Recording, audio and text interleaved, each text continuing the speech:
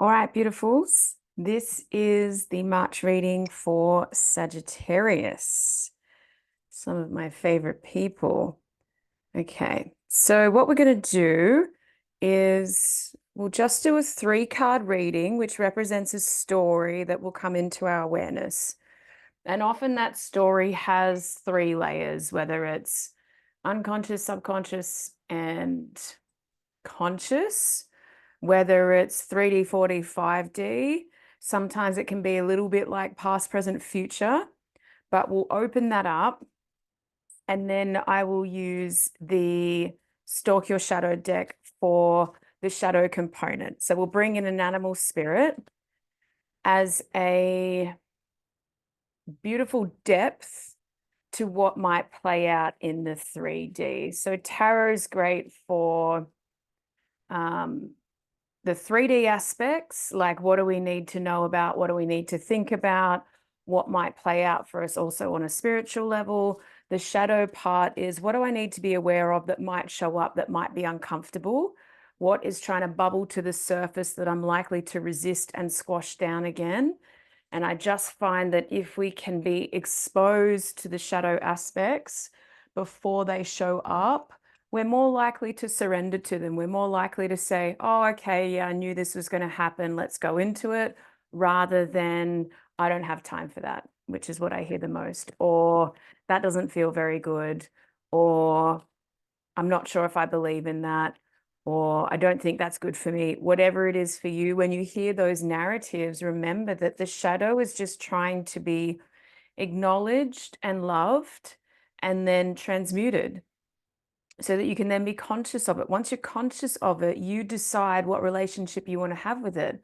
You can go and research, you can go and have conversations, you can go and pursue with action some kind of healing. And healing is just integrating and moving towards that which you want, or probably the opposite of what your trauma says.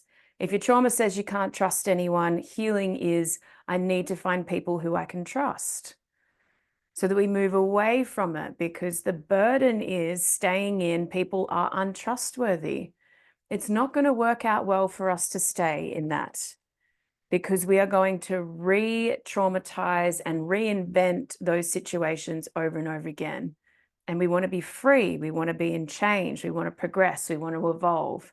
That's what this whole journey is about. We don't want to stay stuck in a moment of time and loop there forever, because your ego will just bring you towards situations that re-traumatize you.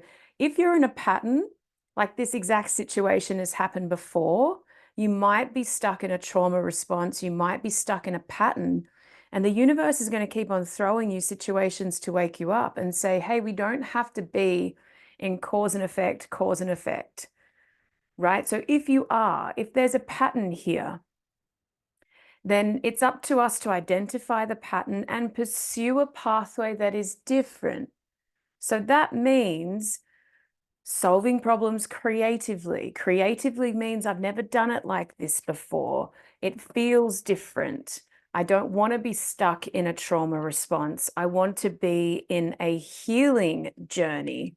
I'm not saying it's going to be easy. I'm saying that that's how we learn and grow and evolve, right? So healing is not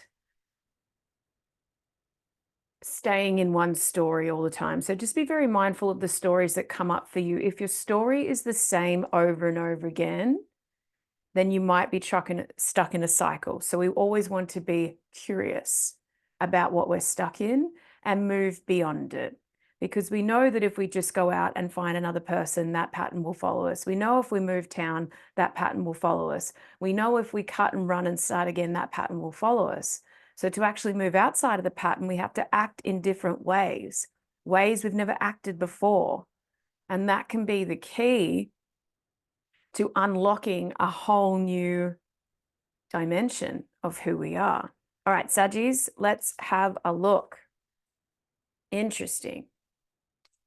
So the first card is the Hanged Man, which represents a period of controlled rest. I'm not really going to say forced, because we can go with such states.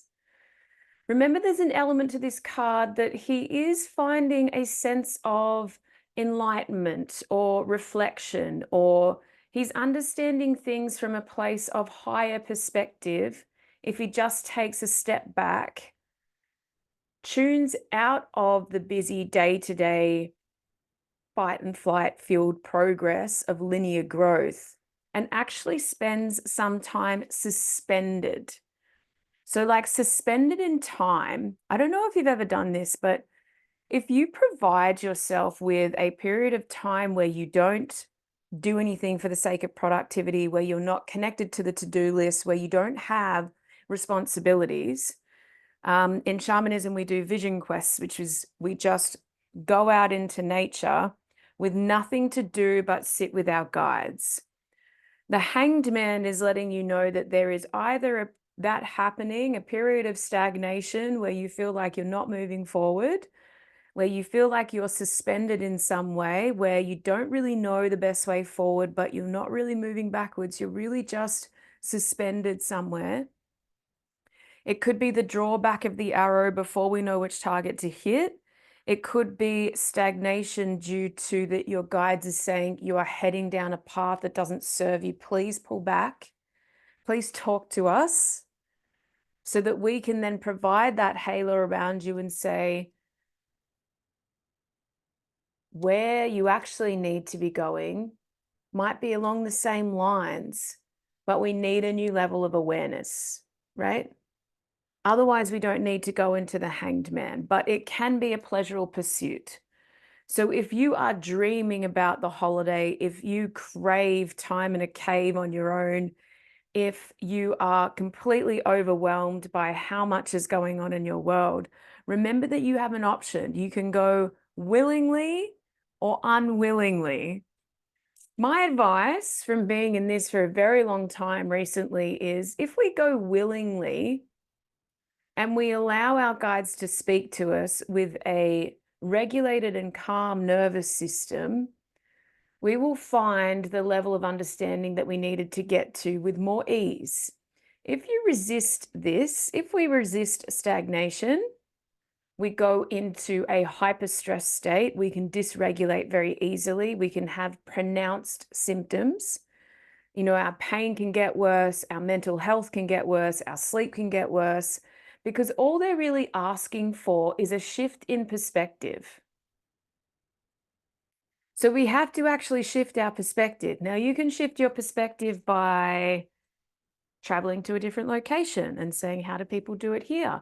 By having different conversations with different people, not the same conversations with the same people, different conversations with the different people, or we can literally turn our perspective upside down and say, can I view this from the complete opposite standpoint? So that might be, let's say you're here and you're blaming someone for all your problems. Don't we love that? Why don't we look at all of those problems from the other person's perspective? Truly, this is true empathy. This is not that person did that to me. This is, well, how does it look from their perspective? Maybe we can turn the perspective upside down by looking at it from a very far away perspective. How does Source view our problems? How does God see our suffering?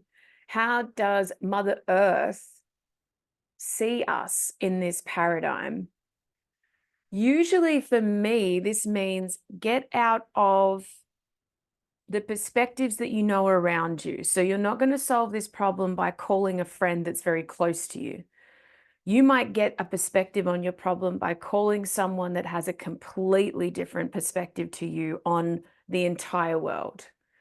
So if you come from a white privileged background and you have a friend in a low socioeconomic other culture sense, then you might want to reach out to them and say, hey, I'm not sure if my problems can be solved from my own perspective.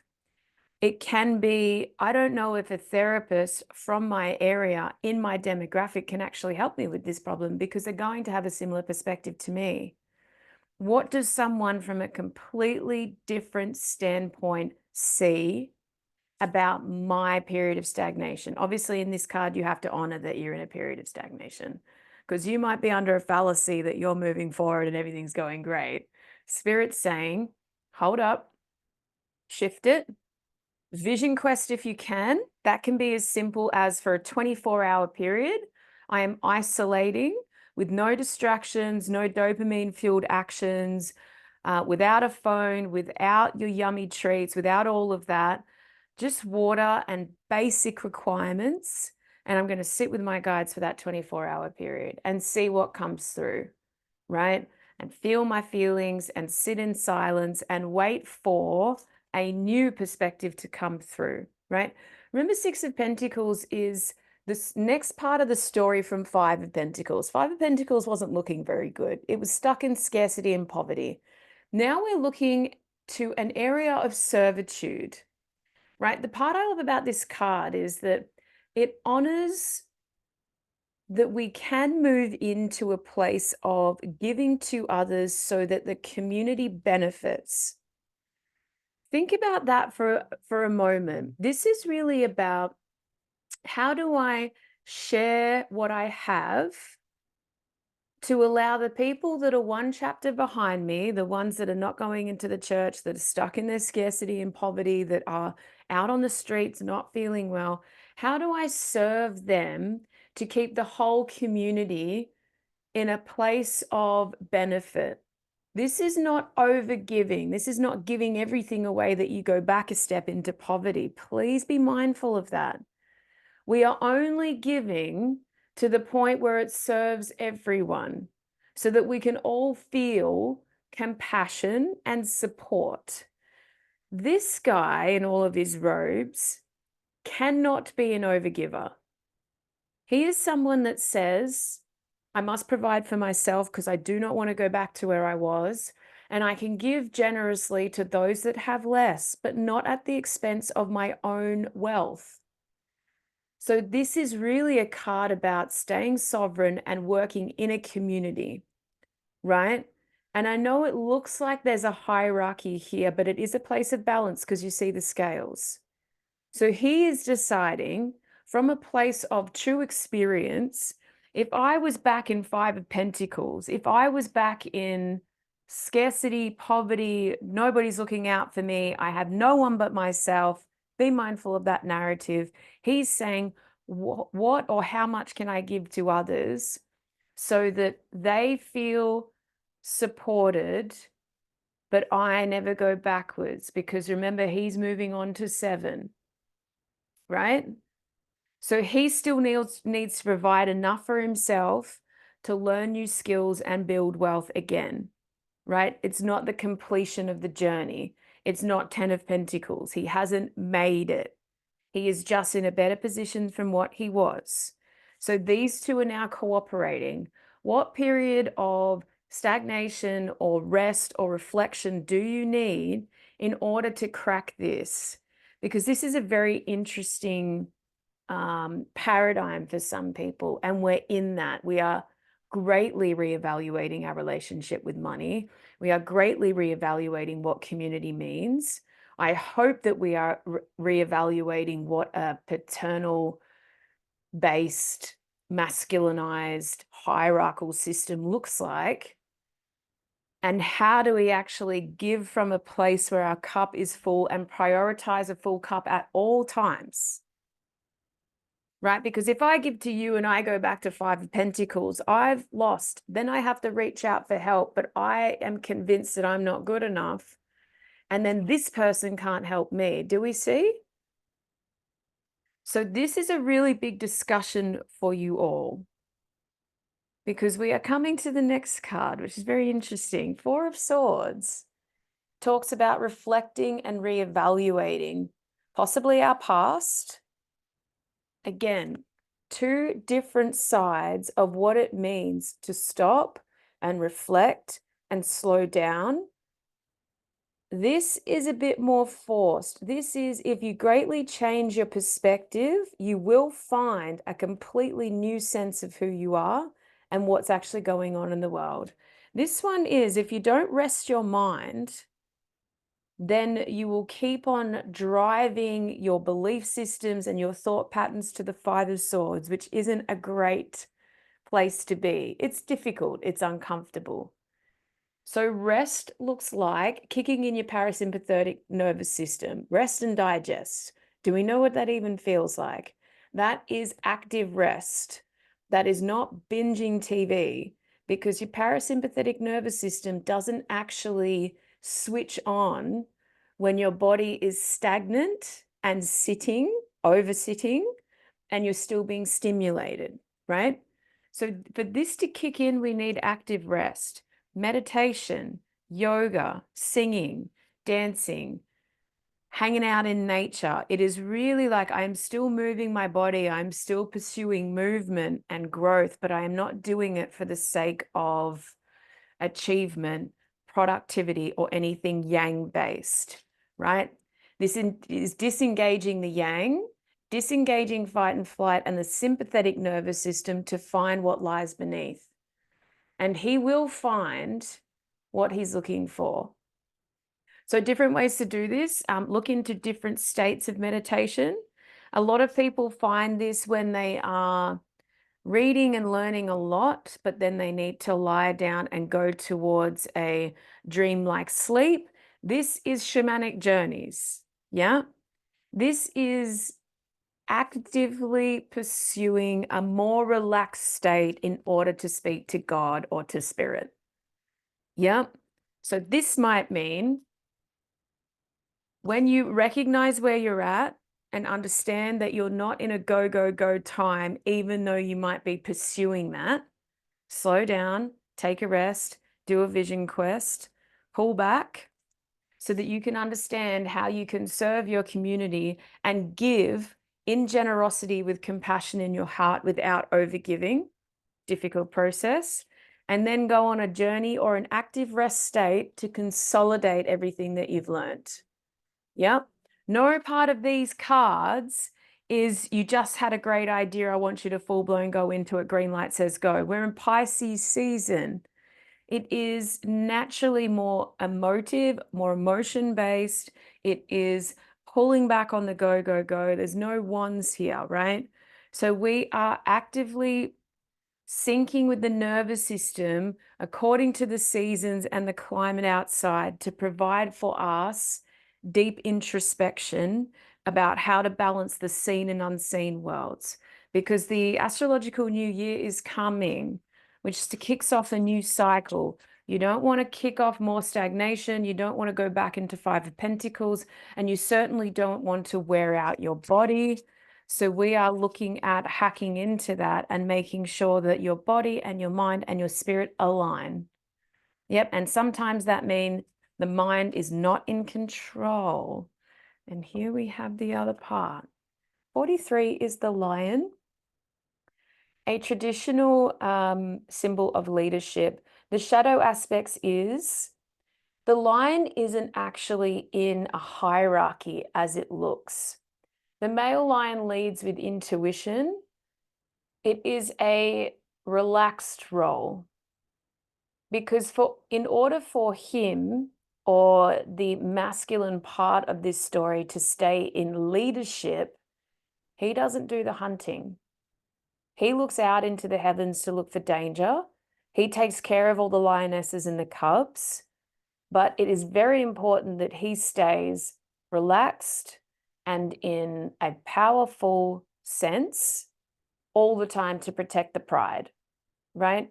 Lions actually don't like conflict. So that male lion or that leader will avoid conflict at every opportunity.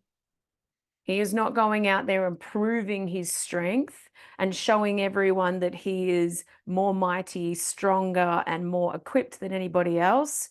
He's generally staying in a relaxed, regulated nervous system state, ready for danger if he needs to be, but allowing the others to do the hunting, the childbearing, and all of those active tasks. It's a more passive leadership role. It is a divine feminine role, actually, because otherwise he would be fighting, he would be going out looking for trouble, he would be proving to his pride that he's the strongest, he would be hunting all the time.